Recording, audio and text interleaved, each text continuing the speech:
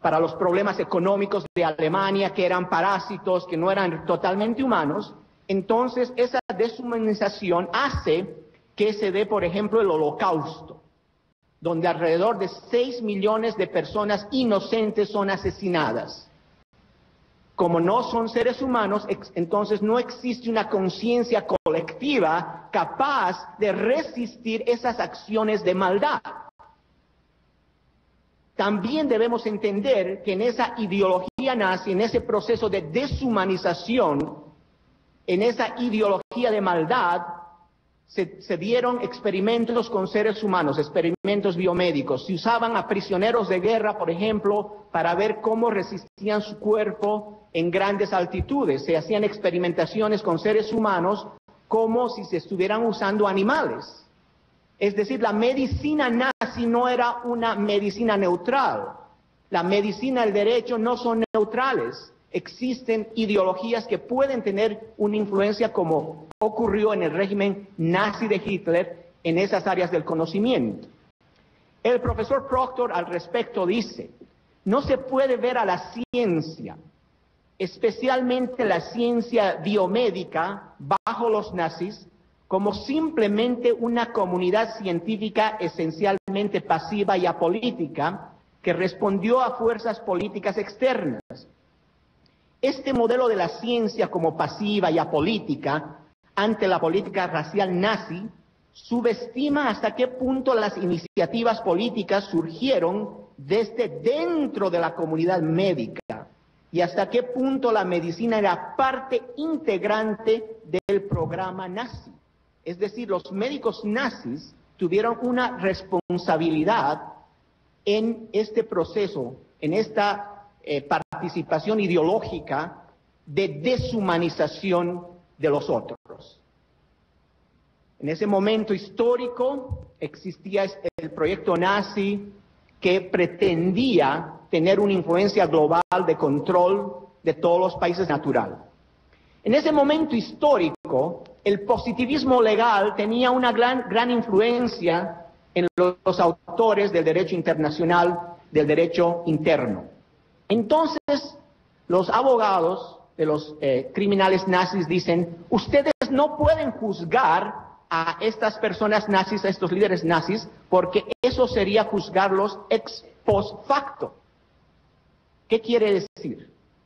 Ellos dicen: cuando estas personas cometieron estos crímenes en Alemania, no había un derecho positivo alemán para proteger a estas personas de origen judío. Tampoco existía un derecho positivo internacional en contra del genocidio. Entonces, como no existía un derecho positivo, un derecho escrito en contra de estas acciones, estos abogados que defendían a los nazis dicen: ustedes no pueden condenar a estas personas. Ellos simplemente obedecieron el derecho alemán. Ellos no cometieron ningún crimen. Entonces los juristas internacionales se vieron obligados a trascender el derecho positivo y reconocer que existe un derecho que está por encima del derecho interno de las naciones, que está por encima del derecho internacional. Ese derecho es el derecho natural.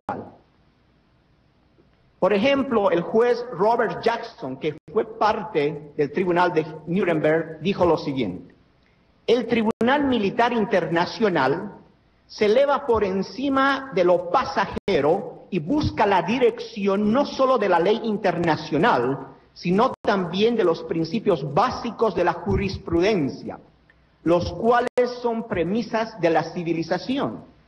Y él dijo también: esos principios son originados de las costumbres establecidas entre los pueblos civilizados, de las leyes de la humanidad y de los dictados de la conciencia pública. Esto es muy importante: las leyes de la humanidad y de los dictados de la conciencia pública.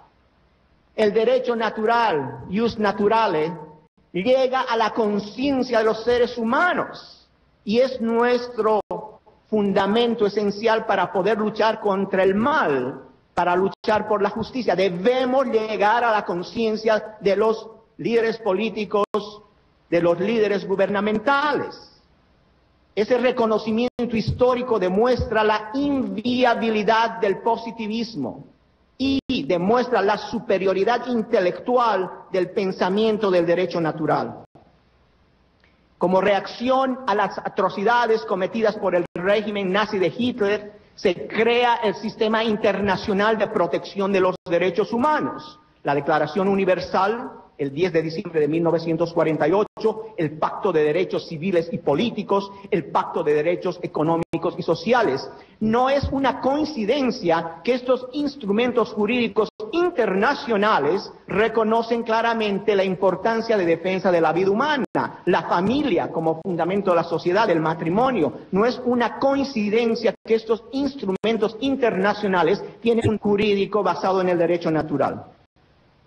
En esos momentos surgen sus enemigos políticos y también nuevamente al asesinato de millones de personas inocentes. Es decir, esta vez una versión de la extrema izquierda, la Hitler en la extrema derecha, ahora Stalin en la extrema izquierda. Un planteamiento que dice que la dictadura del proletariado podría solucionar todos los problemas de la humanidad.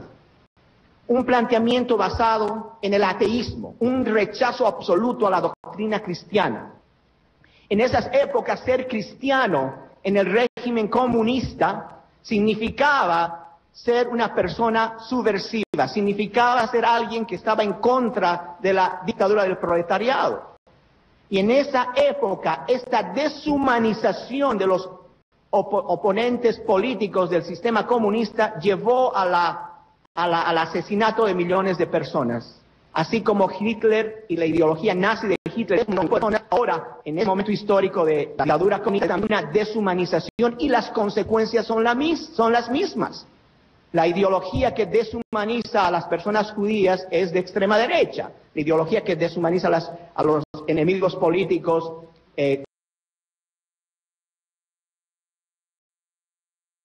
no tiene una influencia tan fuerte. A pesar que hoy día la ideología del nazismo no tiene esa influencia, surge la influencia ideológica del relativismo moral. En tiempos postmodernos donde se dice que todo es relativo, que no hay verdades absolutas. Ese relativismo moral que lleva a que el poder y la voluntad humana sean lo que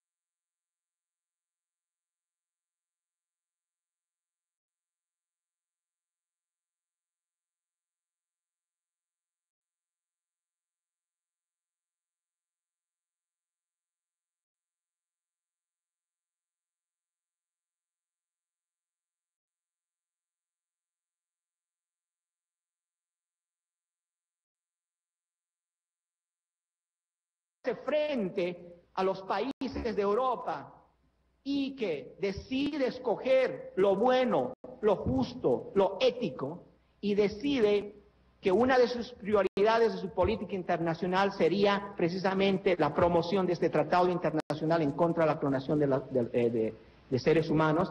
Imagínense que sí se logra una victoria. Esto significa que no se necesitan grandes fuerzas militares o un gran poder económico para liderar el mundo.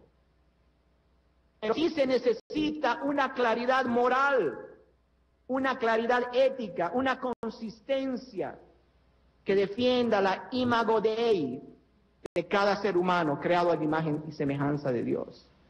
Sí, como latinoamericanos tenemos esa tradición, esa cultura, esa cosmovisión.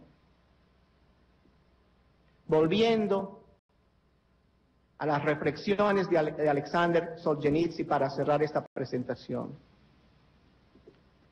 Y Solzhenitsyn, en su reflexión en los campos de concentración, en su lucha contra la ideología marxista-leninista, escribe: la justicia es conciencia, no una conciencia personal, sino la conciencia de toda la humanidad.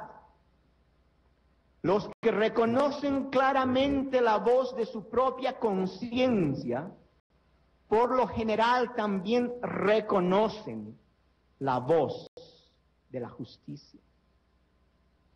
Reconozcamos esa voz de nuestras conciencias. ¿Qué nos dice? Esa voz que nos ayuda a distinguir el bien del mal. Y al reconocer esa voz de nuestras conciencias, expresemos nuestra perspectiva pro vida, pro derechos humanos verdadera a nuestros gobernantes, a nuestros líderes, en los medios de comunicación social. Y al expresar esa voz de conciencia, hagamos un pacto para tener una influencia en las conciencias de otros seres humanos, para tener una influencia en la conciencia de aquellos que escriben las leyes de nuestras naciones. Y a través de esa influencia en las conciencias de los seres humanos, lograremos derrotar en América Latina los esfuerzos por promover leyes en contra de la dignidad del ser humano. Y seremos capaces de derrotar a la cultura de la muerte en sus esfuerzos de legalizar el aborto en América Latina. Trabajemos juntos por la construcción de una conciencia latinoamericana que distingue claramente lo bueno de lo malo, el bien del mal. Muchas gracias.